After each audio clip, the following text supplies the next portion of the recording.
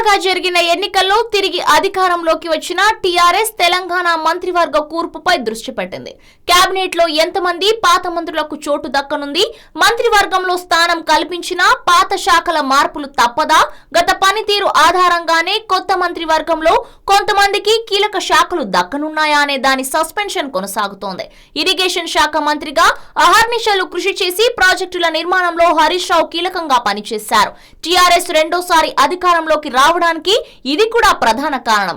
మళ్లీ హరీష్ రావుకు ఇరిగేషన్ శాఖ ఉంటుందా లేదా అనే చర్చ నడుస్తోంది. ఇక కేటీఆర్ ఐటీ మున్సిపల్ శాఖ మంత్రిగా మంచి గుర్తింపు పొందారు.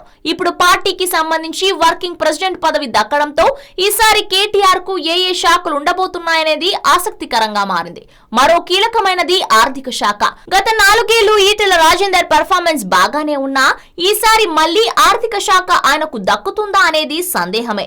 దేవాదాయ శాఖ మంత్రిగా పనిచేసిన ఇంద్రకరణ్ రెడ్డికి, అటవీ శాఖ మంత్రిగా పనిచేసిన జోగు రామన్నకు ఇద్దరిలో ఒకరికే బెర్త్ దక్కనున్నట్టు తెలుస్తోంది. తలసానికి మంత్రి పదవి గ్యారెంటీ అని తేలింది. ఇక ఎవరికి ఏ శాఖ, అసలు ఎవరికి మంత్రి పదవి నుండి తొలగిస్తున్నారనేది మొత్తం కూడా కేసీఆర్ సోలోగా తీసుకునే నిర్ణయమే అవుతుంది. ఆ నిర్ణయం ఏంటో తెలియాలంటే మరో వారం వరకు అందరూ ఆగాల్సిందే.